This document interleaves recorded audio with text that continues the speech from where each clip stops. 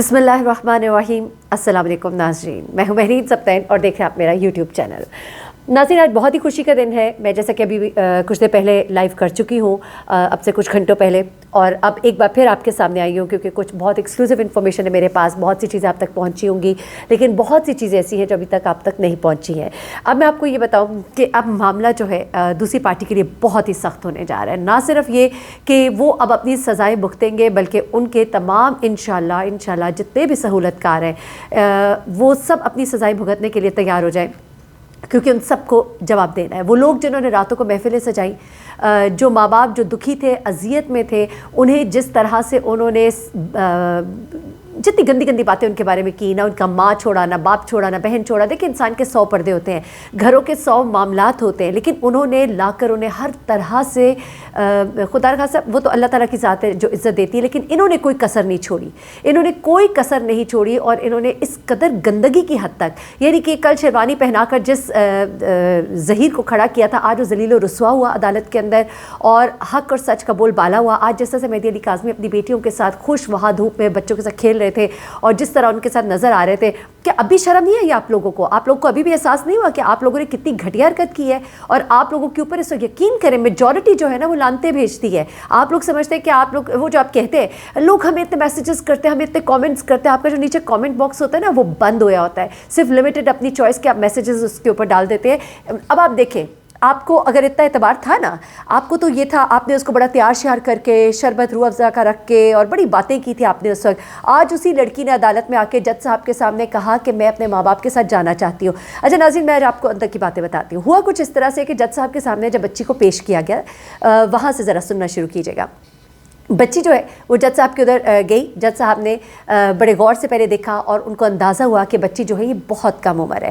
اس کے بعد انہوں نے اس کی چھوٹی بہن کی طرف دیکھا اور پتہ کیا کہ یہ اس کی چھوٹی بہن ہے، تو کہا آپ بھی تو چھوٹی بچی ہو، اور وہ حیران ہوئے کہ یہ تو جو بچی ہے یہ اتنی چھوٹی لگ رہی ہے جتنی اس کی چھوٹی بہن ہے، یہ چھوٹے چھوٹے بچے، ان کے تو کھیلنے کی عمر ہے۔ اس کے بعد جج صاحب نے اسے کہا کہ آپ بتائیں آپ کیا چاہتی ہو، بالکل کمفرٹیبل ہو کے، آپ نے کوئی کسی کا ٹینشن، کوئی پریشر نہیں ہے، ایون کسی وکیل کو، یہاں تک کہ جبران ناصر کو بھی بیچ میں بولنے نہیں دیا گیا کہ یہ بچی اپنی رائے خود دے گی۔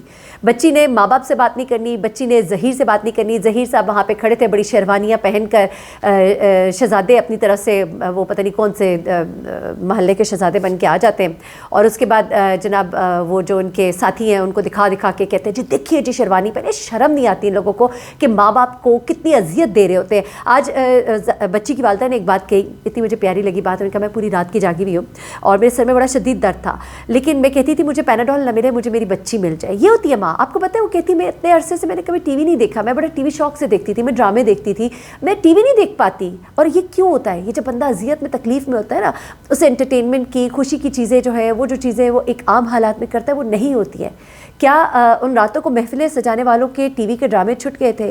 کہ ان راتوں کو محفلیں سجانے والوں نے اپنی انٹرٹینمنٹ جو ہے وہ چھوڑ دی تھی؟ نہیں نا، چھوڑی ماں نے تھی، کیونکہ ماں ہی اس کی سگی ہے، اور اللہ تعالیٰ نے ان کو ان کے صبر کا پھل دیا ہے۔ اور اب آپ لوگ تیار ہو جائیں، کیونکہ آپ لوگوں نے جتنی ان کو اذیت دی، جتنی تکلیف دی، سب سے پہلے ان کو اپنی بیٹی حاصل کرنی تھی جو ان کو مل گئی۔ اب اس کے بعد آپ لوگ اب اس کا جواب دیں گے، اور میں چاہتی ہوں، میں یقین مانی میں چاہتی ہوں کہ جو سزا کا حقدار ہے اس کو سزا دی جائے۔ اس کی وجہ یہ ہے کہ آج ان لوگوں کو سزا اگر نہیں ملے گی تو لوگوں کا حوصلہ بڑھا رہے گا۔ اسی طرح کے لوگ بچیوں کو بھگا کر، ان کی باہر جا کے شادیاں کروا کر، اس کے بعد ان کو دبئی سے اور پتہ نہیں کہاں تک پہنچا کر اپنا تو مزہ اور اپنی زندگی انجوائے کرتے ہیں، اور ان لوگوں کو، بچیوں کو اس طرح سے بے یار و مددگار چھوڑ دیتے ہیں۔ ان کی زندگیاں جو ہے ذلالت اور رسوائی سے بھری ہوئی ہوتی ہیں۔ اور آج یہی مہدی علی کاظمی اور ان کی وائف نے لوگوں کو پیغام دیا کہ اپنی بچیوں کو کبھی ایسا ہو جائے تو اکیلے نہ چھوڑیں، کیونکہ وہ معصوم ہوتی ہیں، ان کو تو پتہ ہی نہیں ہوتا، ان کو ورگلایا جاتا ہے، بہکایا جاتا ہے، ان کے دماغ کو برین واش کیا جاتا ہے۔ اب جب مہدی علی کاظمی اور ان کی والدہ، بیوی جو ہے یعنی کہ بچی کی والدہ، وہ جب اپنی بچی سے ملی، اور ملنے کے بعد انہوں نے جب اپنی بچی کے ساتھ دکھ سکھ کیے، انہیں سمجھ آئی تھی کہ کئی دفعہ پیرنٹ اور بچوں کے درمیان، اور خاص طور پہ جو ٹین ایجر ہوتے ہیں، میری ایک بات یاد رکھیں، بچوں کے اور پیرنٹ کے درمیان بہت زیادہ گیپ آ جاتا ہے۔ بچے جو ہے ہے اپنے ماں باپ سے بہت زیادہ متنفر ہوتے ہیں ٹین ایج میں، اپنے ماں باپ کی چھوٹی چھوٹی باتوں پر، ان کے سمجھانے پر، ان کے سیدھے رستے کو اختیار کرنا ہے، یہ کرنا ہے، وہ کرنا ہے، ان کو بہت بری لگتی ہے یہ باتیں. اپنے ماں باپ ایک ٹائم پہ ٹین ایجرس کو بہت برے لگنے لگ جاتے ہیں. میں میجورٹی کی بات کر رہی ہوں، سب کی بات نہیں کر رہی، لیکن میجورٹی ایسا ہوتا ہے. لیکن پھر جیسے جیسے آپ کی عمر بڑھتی ہے، آپ ٹین ایج سے آگے کراس کرتے ہیں، آپ کو احساس ہوتا ہے کہ یہ بانڈ میرا سب سے مضبوط بانڈ ہے، یہ میرا رشتہ سب سے پیارا رشتہ ہے. تبھی زہرا کاظمی نے اپنا آخری خط جو اپنی ماں کو لکھا تھا، یعنی کہ وہ خط جس سے پہلے کہ وہ عدالت میں پیش ہوتی تو اس میں کہا ماما یار میں آپ کے گلے لگ کے رونا چاہتی ہوں، میرا بہت دل کرتا ہے میں آپ کے گلے لگ کے روں، میں آپ سے بہت سی باتیں کرنا چاہتی ہوں، میرے دکھ کو آپ ہی سمجھ سکتی ہیں. وہ بچی دکھ میں تھی، اذیت میں تھی. اگر اس کا دکھ ظہیر کے پاس جانے سے ختم ہونا تھا تو اس نے آج ضرور کہہ دینا تھا کہ میں ظہیر کے ساتھ جانا چاہتی ہوں. اب یہ لوگ بیٹھ کے لگا رہے جو بچی کی باڈی لینگویج، بچی کا یہ، بچی کا وہ. دیکھیں یہ بچی جس طرح میں نے اس کو آبزرو کیا تھا جب اس نے پہلے باتیں کی تھی، تو میں نہیں سمجھتی کہ اس بچی کو آپ دباؤ میں لا کر کوئی بات کر سکتے. دیکھیں یہ میری ایک اپنی انڈرسٹینڈنگ ہے. اس بچی کو دباؤ میں لا کے نہیں، ہاں ڈرا کے دھمکا کے کر سکتے ہیں، لیکن اس طرح کا دباؤ نہیں. اب اس نے اپنے بڑے کلیئر مائنڈ کے ساتھ باقاعدہ طور پہ آرڈرز آئے جج صاحب کے کہ بچی سے کوئی گفتگو نہیں کرے گا. جج صاحب نے وہاں پہ بچی کو پہلے کمفرٹیبل کیا، اسے کہا کہ آپ اپنی مرضی سے، اپنے دماغ سے، اپنے دل سے بات کرو، یہاں پہ آپ کے اوپر کوئی زور زبردستی نہیں ہے، کوئی پریشر نہیں ہے. ایسے میں اس بچی نے جو بیان دیا وہ یہاں پہ آ کے کہہ سکتی تھی نا، اب یہاں پہ سے پتا تھا یہاں جج صاحب ہے، یہاں یہ ہے، اب میں بول دیتی ہوں جو میں نے کہنا ہے، جو میرے دل کے اندر ہے، اور مجھے یہاں پہ کوئی نہیں نقصان پہنچا سکتا.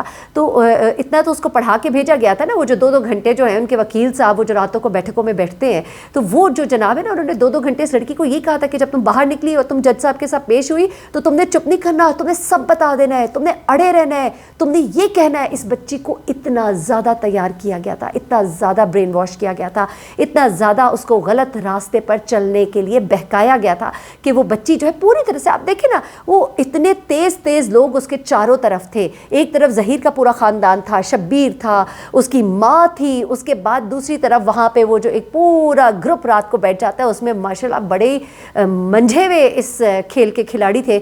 کوئی وکیل ہے تو کوئی رپورٹر ہے تو کوئی اداکار ہے، کوئی اداکارہ ہے، اور یہ لوگ بیٹھ کر جب اس بچی کو چاروں طرف سے گھیر لیتے تھے اور عشق اور محبت کی داستانیں سناتے تھے. مجھے یاد ہے نا کہ یہ کہا جاتا تھا ہائے آپ کو کیا پتا یہ کتنی لیلا مجنوں کی داستان ہے، پتہ نہیں یہ کیا ہے. پھر اس کے بعد ہائے وہ مر جائے گی. اب وہ کیا مر گئی؟ وہ ہنسی خوشی اپنے ماں باپ کے ساتھ گئی. اللہ تعالیٰ سے صحت زندگی دے، اس کے ماں باپ کو صحت زندگی دے، ہم سب کے بچوں کو صحت اور زندگی دے، اور ہم سب کے بچوں کو ایسے ظالموں اور ایسے شر پھیلانے والوں سے بچائے. اب اس کے بعد کیا ہوتا ہے جناب کہ یہ بچی جو ہے یہ اپنے والدین کے ساتھ بھیجی جاتی ہے.